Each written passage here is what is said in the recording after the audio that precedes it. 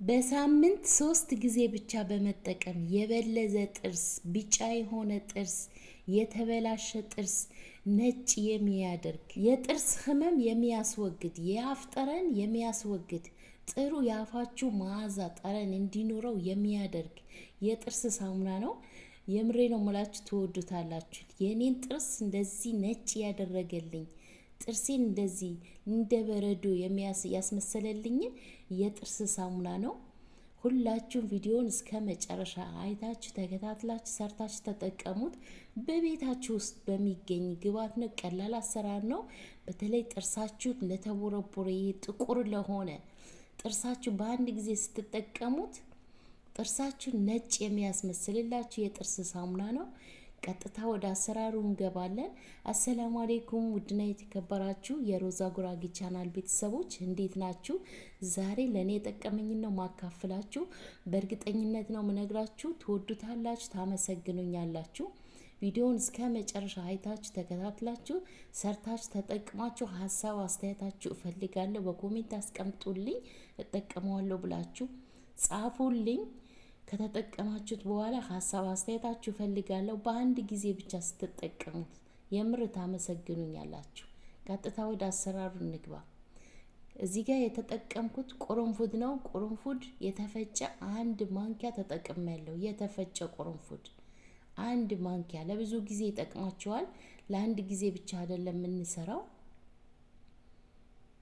በቀጣይ የምጠቀመው ነጭ ሽንኩርት ነው። ነጭ ሽንኩርት ይሸታል ለምትሉ ብቻ ተጠቅማችሁ አይታችሁት ነው ሀሳብ አስተያየታችሁ የምፈልገው ማለት ነው። ምንም አይነት ሽታ የለውም። ለጊዜው ስትጠቀሙ ስትፍቁበት ትንሽ የነጭ ሽንኩርት ሽታ ሊኖረው ይችላል። ከዛ በኋላ አፋችሁ ራሱ ምላሳችሁ፣ አፋችሁ፣ ጥርሳችሁ ጽድት ነው የሚያደርግላችሁ። ብቻ ተጠቅማችሁ እዩት።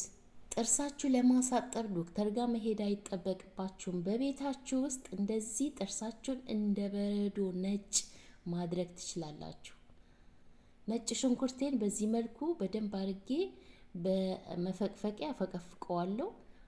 የተፈጨ ነጭ ሽንኩርት ካላችሁ ችግር የለውም፣ ትንሽዬ ወስዳችሁ መጠቀም ትችላላችሁ። በቀጭኑ ቦታ በደንብ አድርጋችሁ ፍቅፍቅ አድርጉት።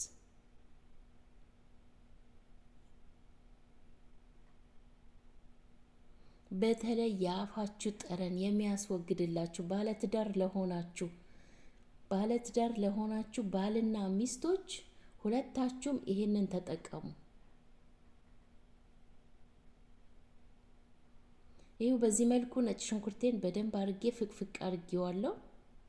እስካሁን የተጠቀምኩት 1 ማንኪያ ቁርንፉድ በትንሹ ማንኪያ ነው ያልሞላ።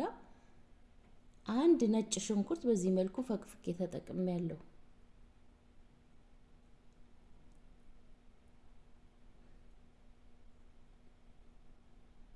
ጥርሳችሁ እንዳይቦረቦር ያደርግላችኋል።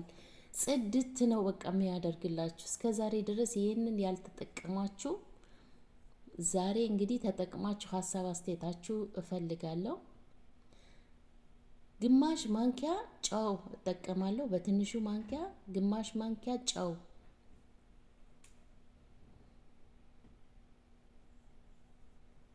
ጨው በጣም አሪፍ ነው ለጥርስ ህመም፣ ለጥርስ ጽዳት፣ ጽድት ያደርግላችኋል እና ጀራቲም ካለበት ጥርሳችሁ ላይ ያስወግድላችኋል። ባክቴሪያ ካለበት ያስወግድላችኋል።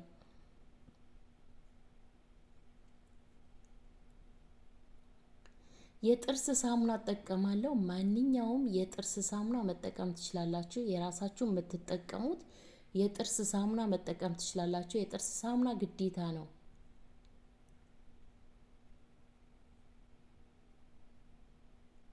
ልክ እንደኔ አይነት ክረስት መሆን አይጠበቅባችሁ። የራሳችሁ በቤታችሁ ውስጥ ያለ የምትጠቀሙት የራሳችሁ የጥርስ ሳሙና ነው መጠቀም ያለባችሁ። ቢያንስ 1 ማንኪያ ሙሉ ጨምሩበት። የጥርስ ሳሙና 1 ማንኪያ ሙሉ ጨምሩበት። ይሄ ለብዙ ጊዜ ነው የሚጠቅማችሁ። አይበላሽም። ውጭ ቢቀመጥ አይበላሽም። እስከ 15 ቀን ድረስ በውጭ ማስቀመጥ ትችላላችሁ። ነጭ ሽንኩርት ስላለው ነው እንጂ ሌላው ግብአቶች የሚበላሹ አይደሉም።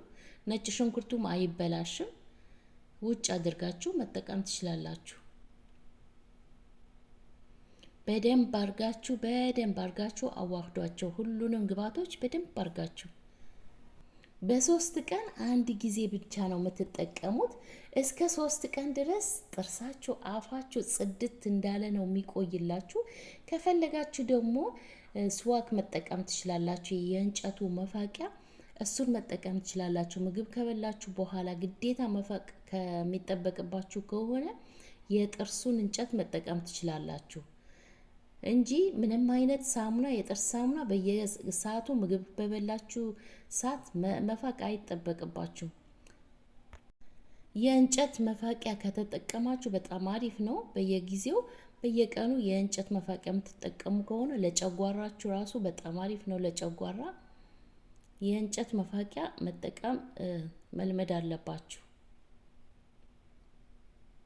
አያችሁት? በዚህ መልኩ በደንብ አርጌ አቀላቅለዋለሁ። በደንብ አርጋችሁ አቀላቅሉት። የቁርንፉዱ ሽታ፣ የነጭ ሽንኩርቱ ሽታ ያጠፋዋል። አሁን በቃዬ አስቀምጠዋለሁ። እንደዚህ በዚህ መልኩ በእቃችሁን አስቀምጣችሁ ለ15 ቀን ድረስ መጠቀም ትችላላችሁ። በብዛት ከሰራችሁ ማለት ነው።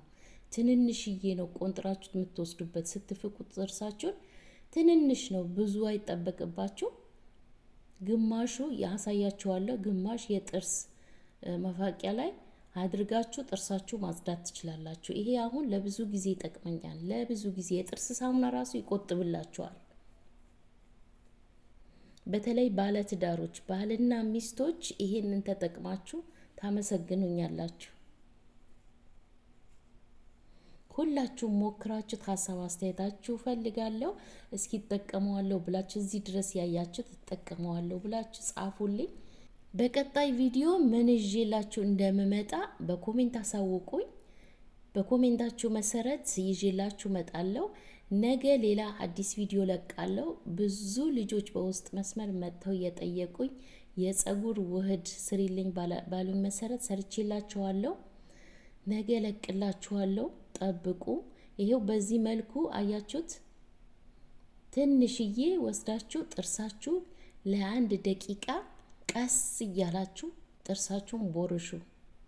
ከውስጥ ከላይ በደንብ አርጋችሁ ቦርሹ። ጥቁር ነገር ካለበት በአንዴ ነው የሚያስወግድላችሁ። በአንድ ጊዜ ስትጠቀሙት የምር ታመሰግኑኛላችሁ። ሞክሩት። ሀሳብ አስተያየታችሁ በኮሜንት ፈልጋለሁ። ቪዲዮውን ላይክ አድርጉት። አያችሁት? በእንደዚህ አይነት እቃ ክድን አርጋችሁ አስቀምጣችሁ እስከ 15 ቀን ድረስ ይቆይላችኋል። ልክ በዚህ መልኩ አያችሁ። አሁን ይሄንን እኔ እጠቀመዋለሁ። ቪዲዮውን ላይክ አድርጉት። የዛሬ ቪዲዮ ይሄንን ይመስላል።